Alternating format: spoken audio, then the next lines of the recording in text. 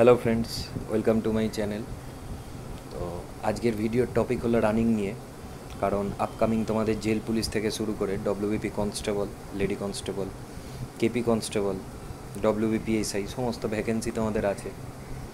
তো সেই নিয়ে আমার যারা চ্যানেলে আছো তারা অনেকেই বারবার করে আমায় রিকোয়েস্ট করেছো রানিং নিয়ে কিছু ভিডিও করার জন্য, কিছু টিপস দেওয়ার জন্য।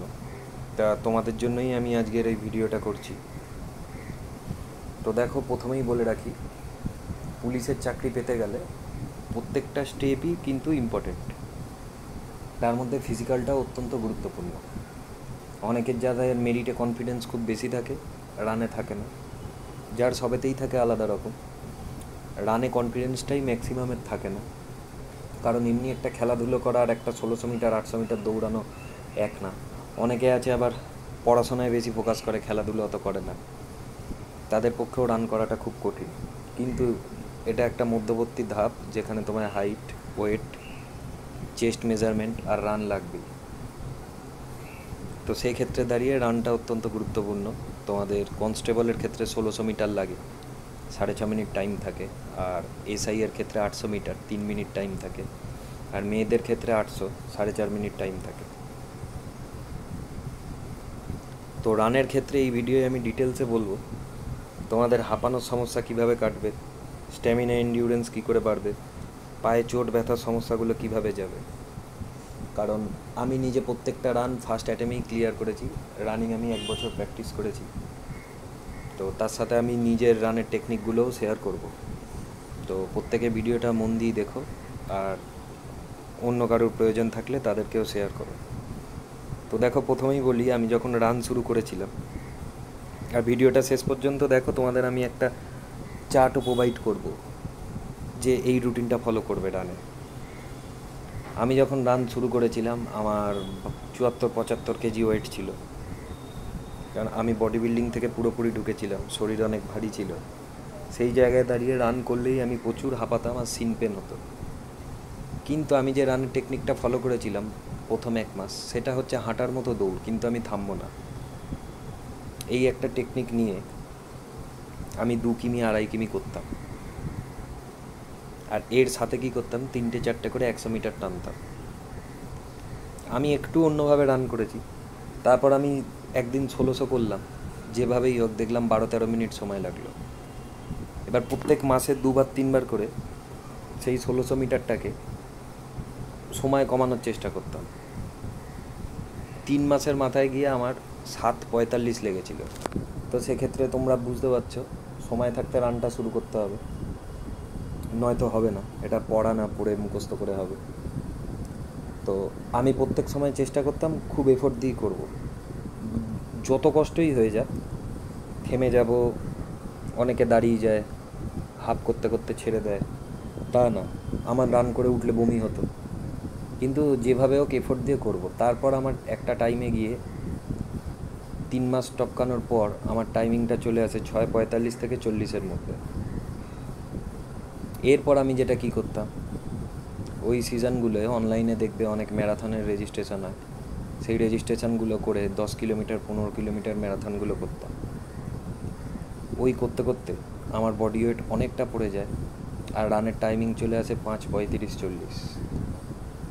তো আমি 3টে রানই খুব ক্যাজুয়ালি ক্লিয়ার করেছি। আর একবার রান উঠে গেলে খুব বেশি প্র্যাকটিস করতে লাগে না। যেরকম আমি আন্ডার ওয়েট হয়ে গেছিলাম, 55 কেজি হয়ে গেছিলাম, সেই জায়গায় দাঁড়িয়ে পরীক্ষার আগের 15 দিন আমি রান পুরো বন্ধ করে দিয়েছিলাম। তাও আমি 6 মিনিটের মধ্যে রান ক্লিয়ার করে এসেছিলাম। 30 সেকেন্ড বেশি লেগেছিল, কারণ আমি রান একদম বন্ধ করে দিয়েছিলাম।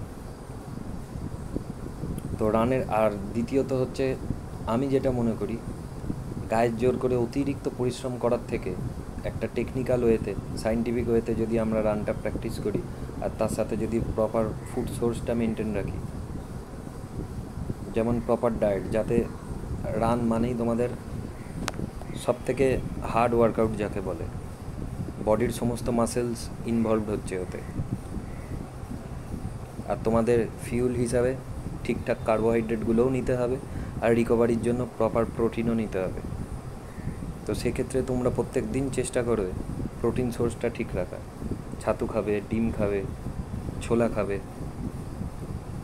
মাছ খাবে, যারা পনির খাও পনির খাবে, চিকেন খাবে, এগুলো পর্যাপ্ত পরিমাণে খাবে।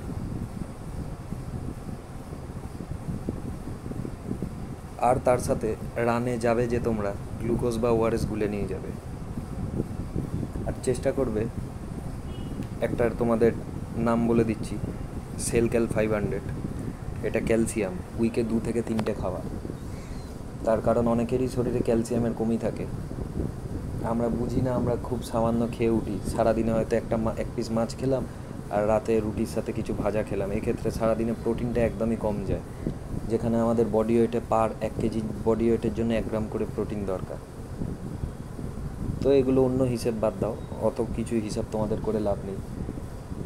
তো সেলক্যাল 500 ক্যালসিয়ামটা তোমরা উইকলি 2টো করে খাওয়ার চেষ্টা করবে, যাতে তোমাদের সিন পেন না হয়। আর উইকে 5 ডেজ রান করার চেষ্টা করবে, প্রত্যেক দিন না। আর অন্তত সারাদিনে 4-5 লিটার জল খাবে। আর যেরমভাবে বললাম, ফুড সোর্সগুলো ঠিক রাখবে, প্রোটিনটায় ফোকাস করবে, প্রোটিন ইনটেকে। তো চলো এবার আমি তোমাদের স্যাম্পল চার্টগুলো দেখিয়ে দিই, যেগুলো আমি বানিয়েছি। যারা বিগিনার্স আছো, সবে শুরু করছো, তারা কন্টিনিউ করবে 20 থেকে 30 মিনিট। এতে কোনো স্পিডের ব্যাপার নেই, স্পিডটা তোমরা টার্গেট রাখবে স্লো টু মিডিয়াম। এবার যার যেটাই সুবিধা, কেউ বিগিনারের থেকে একটু বেটার, তারা একটা মিডিয়াম পেসে করবে, কিন্তু থামবে না। আগে গিয়ে যে যার মতো স্ট্রেচিং করে 20 থেকে 30 মিনিট করবে। করার পর তোমরা 10 মিনিট রেস্ট নেবে। যারা 20 মিনিট রান করবে তারা টার্গেট রাখবে 3 কিলোমিটার করার, যারা 30 মিনিট করবে তারা টার্গেট রাখবে 4.5 কিলোমিটার করার। তারপর 10 মিনিট রেস্ট নিয়ে গ্লুকোজ বা ওআরএস যা এনেছো সেটা খেয়ে অল্প করে তোমরা চেষ্টা করবে 100 মিটারের 2 সেট করার, 90% এফোর্ট দিয়ে। তারপর 300 মিটারের 2 সেট করার। আর উইকে একদিন টার্গেট রাখবে 1 ঘন্টা লং রান করবে। এতে কোনো ডিস্টেন্সের টার্গেট থাকবে না, 1 ঘন্টা আমার পা চলবে, থামবে না। তাতে স্লোও হবে, মিডিয়ামও হবে, ফাস্টও হবে। মোট কথা দাঁড়ানো যাবে না, হাঁটা যাবে না, একদম স্লো জগিং হলেও করবো 1 ঘন্টা। এটা তোমরা 1 মাস করার চেষ্টা করবে, এতে তোমাদের হিউজ ইমপ্রুভমেন্ট হবে। এবার আসি অ্যাডভান্সদের জন্য। যারা অ্যাডভান্স তারা 30 থেকে 40 মিনিট কন্টিনিউ রান করবে, লং রান। 30 মিনিট করলে টার্গেট রাখবে 5 কিমি, 40 মিনিট করলে টার্গেট রাখবে 7 কিলোমিটার। তোমাদের টার্গেট স্পিড থাকবে মডারেট থেকে ফাস্ট মিডিয়াম, একদম ফাস্ট না, বেশি খাটনি করে আমাদের লাভ নেই। তারপর 10 মিনিট রেস্ট নিয়ে 100 মিটারের 5 সেট, 300 মিটারের 2 সেট, 500 মিটারের 1 সেট। এগুলো তোমরা নিজেদের 80% এফোর্ট দিয়ে করবে, ফুল এফোর্ট দিতে হবে না, মাসেলের স্ট্রেন চলে আসবে, তারপর বোনসের স্ট্রেস ফ্র্যাকচার আসবে। আর প্রত্যেকটা সেটের মাঝখানে চেষ্টা করবে 30-40 সেকেন্ডের বেশি বা 1 মিনিট রেস্ট দেওয়ার। আর তোমাদের জন্য উইকে অন্তত একদিন 10 কিলোমিটার রানটা করা উচিত। কেউ যদি পারো 20 কিলোমিটারও রান করতে পারো।